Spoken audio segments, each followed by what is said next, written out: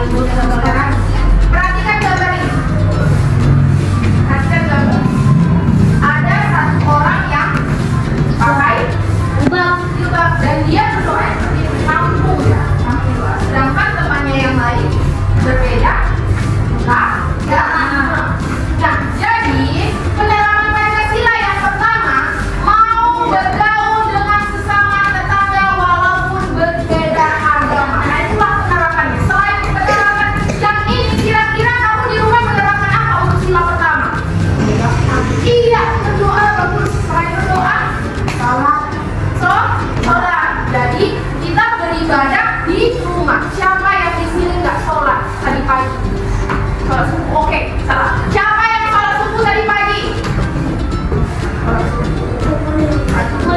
Ya, berarti, nah, percatatannya, berarti yang sholat tadi pagi mengamalkan Pancasila yang pertama, karena kita harus beribadah di rumah. Jadi nggak cuma di sekolah, nggak cuma sholat 2 hari kita bersolat, nggak harus tanpa orang aja kita harus beribadah. Yang kedua, bunyi sila kedua apa? Iya, beradab. Jadi apa Bu contohnya yang harus kamu lakukan? Nih, perhatikan, ada siapa di sini? Nenek. Terus dia mau lewat, kita harus ucapkan apa? Iya, permisi nih. Permisi Bu, permisi Bu, ya permisi kok.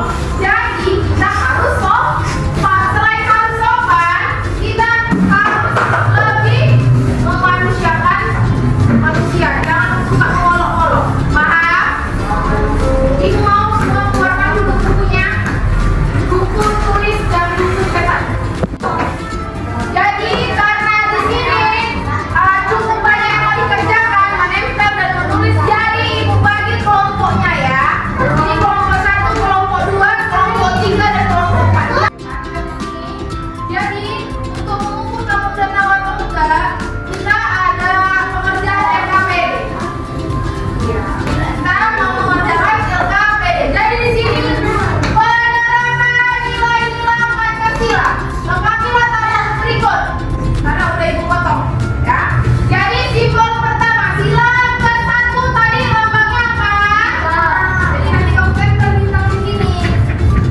Baru bunyi silanya apa? Ketuhanan yang Maha Esa. Kamu tulis ketuhanan yang Maha Esa di sini. Ya. Kemudian Bu, gambarnya kira-kira gambar manakah yang akan ibu kasih ini yang